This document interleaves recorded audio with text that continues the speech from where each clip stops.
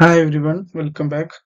നമ്മൾ ഈ ഒരു വീഡിയോ നമ്മുടെ ബ്രാഞ്ച് അക്കൗണ്ടിങ്ങിന്റെ ലാസ്റ്റ് വീഡിയോ ആയിരിക്കും. ഇതിൽ നമ്മൾ ഡിസ്കസ് ചെയ്യുന്നത് ബ്രാഞ്ചിന്റെ ബുക്സ് ഓഫ് അക്കൗണ്ട്സ് എങ്ങനെയാണ് ക്ലോസ് ചെയ്യുക, അതുമായി ബന്ധപ്പെട്ട ജേണൽ എൻട്രീസും പിന്നെ ഒരു പ്രോബ്ലമാണ് നോക്കാം. ഇതിലുള്ള ജേണൽ എൻട്രീസ് വളരെ സിമ്പിൾ ആയിട്ട് പെട്ടെന്ന് കണക്ട് ചെയ്ത് പെട്ടെന്ന് പഠിക്കാൻ പറ്റും. ആകെയുള്ള കാര്യങ്ങൾ ശ്രദ്ധിക്കുക. ഇവിടെ ബ്രാഞ്ച് ട്രേഡിംഗ് അക്കൗണ്ടിന്റെയും ബ്രാഞ്ച് P&L അക്കൗണ്ടിന്റെയും ഡെബിറ്റ് സൈഡിലുള്ള ഐറ്റം ഒന്നിച്ച് നമ്മൾ എന്ത് ചെയ്യാണ്, ഹെഡ് ഓഫീസിലേക്ക് ട്രാൻസ്ഫർ ചെയ്യാണ്.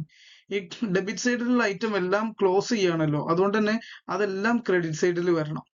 ഓക്കെ, ഡെബിറ്റ് സൈഡിൽ സ്വാഭാവികമായിട്ടും ഹെഡ് ഓഫീസ് അക്കൗണ്ട് ആണ് വരിക. ക്ലോസ് ചെയ്യാന്ന് പറഞ്ഞാൽ അത് ഹെഡ് ഓഫീസ് അക്കൗണ്ടിലേക്ക് ട്രാൻസ്ഫർ ചെയ്യാന്നും കൂടെയാണ്. ഓക്കെ, അപ്പൊ ഇത് ഞാൻ കുറച്ച് ഐറ്റംസ് മാത്രമേ എടുത്തിട്ടുള്ളൂ മനസ്സിലാക്കാൻ വേണ്ടിയിട്ട്. ട്രേഡിംഗ് അക്കൗണ്ടിന്റെ ഡെബിറ്റ് സൈഡിൽ opening stock, purchase return, goods, എന്താണ് വേജസ്, ഗാരേജ്. ഇനി അടിയിലുള്ള ഐറ്റംസ് ഒക്കെ P&Lൻ്റെതുമാണ്. ഇനി എത്ര ഐറ്റം ഉണ്ടോ അതെല്ലാം ഒന്നിച്ച് എന്ത് ചെയ്യുക, ട്രാൻസ്ഫർ ചെയ്യുക എന്നുള്ളതാണ്, ക്ലോസ് ചെയ്യുക എന്നുള്ളതാണ്. ഓക്കെ, ഇനി ഇത് ക്രെഡിറ്റ് സൈഡിലുള്ള ഐറ്റം ചെയ്യാനാണെങ്കിലോ നേരെ ഓപ്പോസിറ്റ്. ക്രെഡിറ്റ് സൈഡിലുള്ള ഐറ്റം ഒക്കെ ഡെബിറ്റിൽ ചെയ്തും എന്നിട്ട് ഹെഡ് ഓഫീസ് ക്രെഡിറ്റ് ചെയ്യും. ആ എൻട്രി ഒന്ന് നോക്കാം.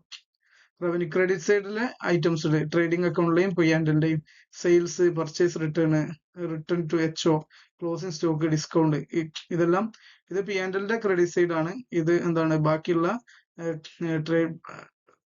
ട്രേഡിംഗ് അക്കൗണ്ടിന്റെ ഡെബിറ്റ് സൈഡ് ആണ്.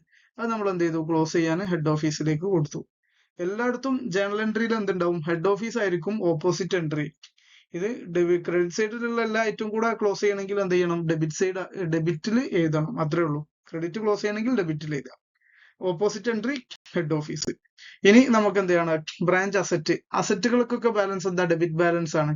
അപ്പൊ അത് ക്ലോസ് ചെയ്യണമെങ്കിൽ എന്ത് ചെയ്യണം, അസറ്റുകളൊക്കെ ക്രെഡിറ്റ് സൈഡിൽ വരണം, ഓപ്പോസിറ്റിൽ ഹെഡ് ഓഫീസ് വരും. ഇനി ലയബിലിറ്റീസ് ക്ലോസ് ചെയ്യണമെങ്കിലോ, ലയബിലിറ്റീസിന്റെ എപ്പോഴുള്ള ബാലൻസ് എന്താണ്, ക്രെഡിറ്റ് ബാലൻസ് ആണ്. അപ്പൊ അത് ക്ലോസ് ചെയ്യണമെങ്കിൽ ഡെബിറ്റിൽ കൊണ്ടുവരിക, ഓപ്പോസിറ്റിൽ ഹെഡ് ഓഫീസ് കൊണ്ടുവരിക. ഇത്രയേ ഉള്ളൂ ജേണൽ എൻട്രി. വളരെ സിമ്പിൾ ആയിട്ട് മനസ്സിലാക്കാൻ പറ്റുന്നതാണ്. അപ്പൊ നമുക്ക് ഇതിന്റെ ഒരു ക്വസ്റ്റ്യൻ ചെയ്യാം. Illustration ആണ്. A Chennai head office has an independent branch at Ahmedabad. From the following particulars, give journal entries to close the books of Ahmedabad branch. Show also the Chennai head office account in the branch book. Okay, ഇത്രയും ഐറ്റംസുകൾ തന്നിട്ടുണ്ട്. അത് എന്താണ്, എല്ലാം കൂടെ നമ്മൾ close ചെയ്യാൻ പോവാണ്. Okay, അപ്പൊ നമുക്ക് ഓരോന്നായിട്ട് നോക്കാം. പിന്നെ അതിന്റെ കൂടെ ക്വസ്റ്റ്യന്റെ ബാക്കി നോക്കാം. ക്ലോസിംഗ് സ്റ്റോക്ക് ഉണ്ട്, ബ്രാഞ്ചിലുള്ള ക്ലോസിംഗ് സ്റ്റോക്കിന്റെ ഡാറ്റ തന്നിട്ടുണ്ട്. ബ്രാഞ്ചിന്റെ ഫിക്സഡ് അസറ്റ് മെയിൻറ്റെയിൻ ചെയ്യുന്ന ആരാണ്, ഹെഡ് ഓഫീസ് ആണ്. ഫിക്സഡ് അസറ്റ് മെയിൻറ്റെയിൻ ചെയ്യുന്ന ഹെഡ് ഓഫീസ് ആണെങ്കിൽ ഫിക്സഡ് അസറ്റിന്റെ ബുക്സ് ഓഫ് അക്കൗണ്ട്സിന്റെ ഡീറ്റെയിൽ ഒക്കെ ആരെടുത്ത് ഉണ്ടാവുക, ഹെഡ് ഓഫീസിന്റെ അടുത്ത് ഉണ്ടാവുക. അതിന്റെ എമൗണ്ട് കാര്യങ്ങൾ ബ്രാഞ്ചിലൊന്നും വരൂല. അങ്ങനെ മെഷീനറിന്റെ വാല്യൂ 25,000ഉം ഫർണിച്ചർ 1000 ഉണ്ട്. മെഷീനറി 10% ഡിപ്രീസിയേഷൻ ചാർജ് ചെയ്യാൻ പറഞ്ഞിട്ടുണ്ട്. ഫർണിച്ചർ 15% ചാർജ് ചെയ്യാൻ പറഞ്ഞിട്ടുണ്ട്. പിന്നെ ഔട്ട്സ്റ്റാൻഡിംഗ് റെന്റ് എന്തുണ്ട്, 150 രൂപ ഉണ്ട്.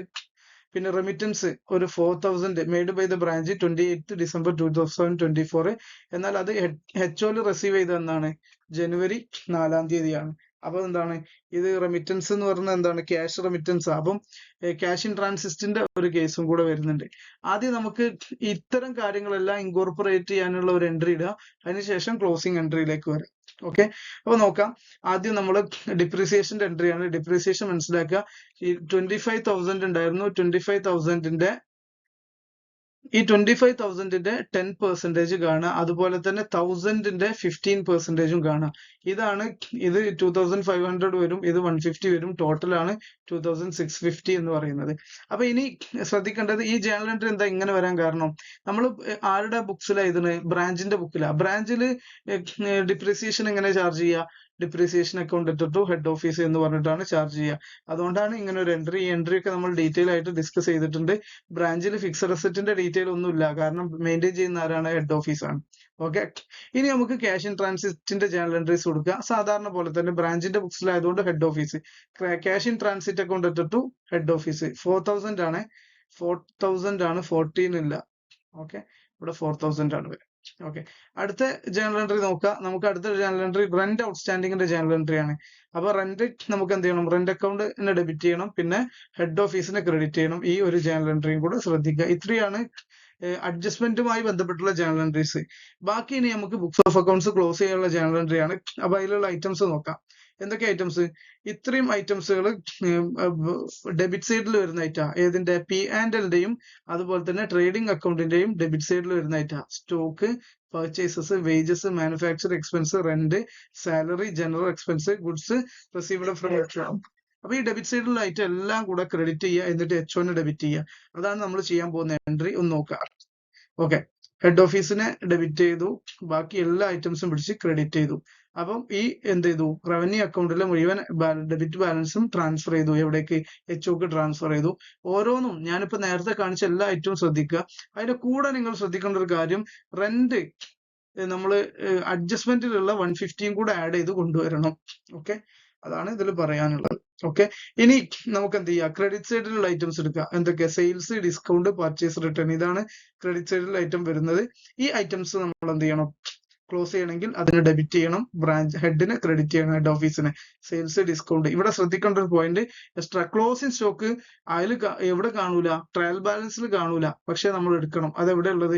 അഡ്ജസ്റ്റ്മെന്റിൽ ആദ്യം തന്നെ തന്നിട്ടുണ്ട്. അതും കൂടെ കൂട്ടിയിട്ടാണ് ക്ലോസ് ചെയ്യേണ്ടത്. ഓക്കെ, ഇനി നമ്മൾ അടുത്ത എൻട്രിയിലേക്ക് പോവാണ്. അതെന്താണ്? അസറ്റിന് നമുക്ക് എന്ത് ചെയ്യണം?